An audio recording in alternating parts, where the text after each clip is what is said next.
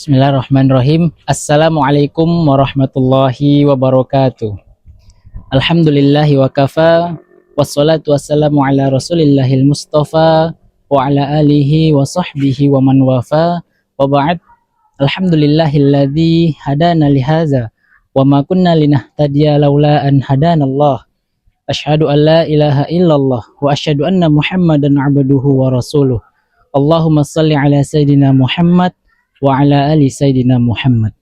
Saudaraku sekalian, alhamdulillah kembali kita bersyukur kepada Allah Subhanahu wa taala yang masih memberikan kita nikmat berupa nikmat iman, nikmat sehat, nikmat Islam, nikmat kesempatan sehingga kita masih bisa merasakan berpuasa pada bulan Ramadan pada tahun ini dalam keadaan sehat walafiat. Salat dan salam tak lupa pula kita hadiahkan untuk ruh junjungan alam, yakni Nabi besar Muhammad Rasulullah sallallahu alaihi wasallam. Allahumma salli ala sayyidina Muhammad wa ala ali sayyidina Muhammad.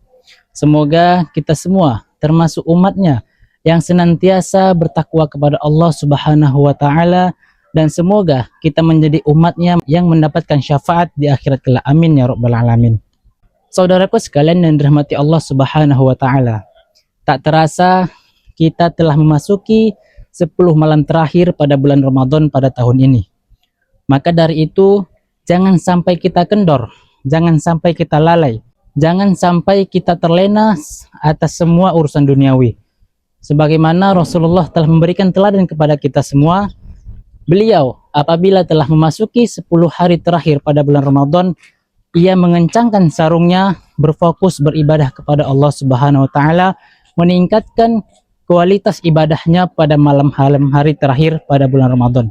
Sebagaimana yang disampaikan oleh Aisyah radhiyallahu anha bahwasanya Rasulullah shallallahu alaihi wasallam apabila telah memasuki 10 hari terakhir pada bulan Ramadan, ia mengencangkan sarungnya, berfokus ibadah, menghidupkan malam-malamnya dan membangunkan keluarganya.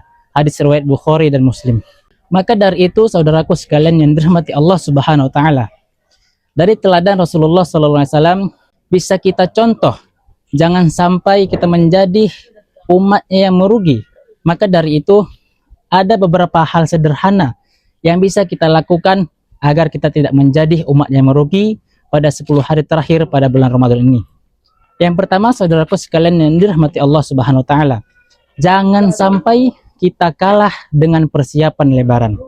Biasanya semakin dekat kita kepada Lebaran, masjid-masjid sudah mulai sepi, akan tetapi pasar dan mal sangat ramai. Saf-saf masjid mulai maju karena semua jamaahnya telah hilang. Sebaliknya Rasulullah SAW justru ketika beliau memasuki 10 malam terakhir pada bulan Ramadan, beliau meningkatkan kualitas ibadahnya. Beliau banyak di masjid beriktikaf, membaca Al-Quran, menghidupkan malam-malamnya dengan qiyamul lail, solat malam. Maka dari itu jangan sampai kita terlalaikan. Kita boleh sibuk membuat kue Lebaran, mempersiapkan baju Lebaran, sepatu baru, segala macamnya. Akan tetapi jangan sampai kita lupa ibadah kita pada bulan Ramadan. Minimal jangan sampai kita tinggalkan sholat tarawih dan sholat isya berjamaah.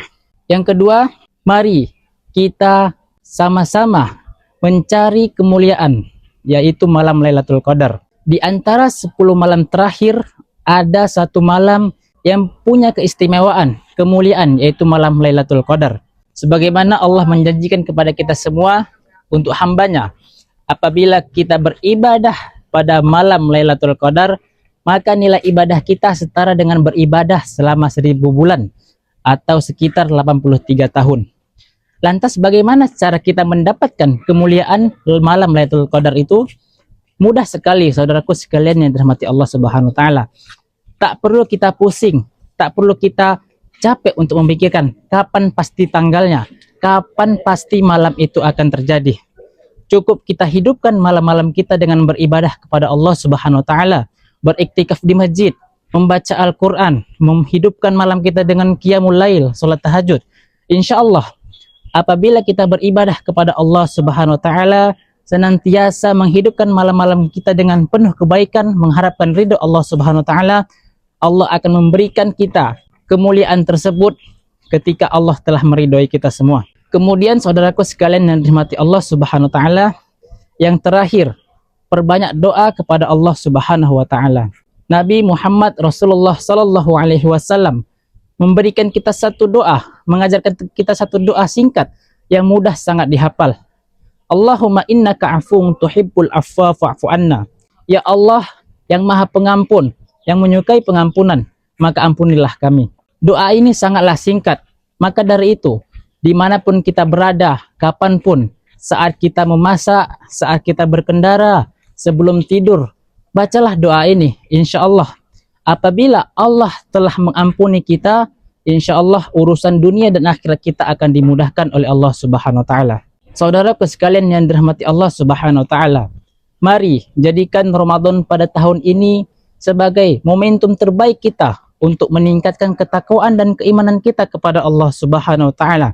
Jangan jadikan bulan Ramadan ini sebagai bulan-bulan seperti bulan biasanya. Jangan jadikan bulan Ramadan pada tahun ini sebagai bulan pengganti jam makan kita.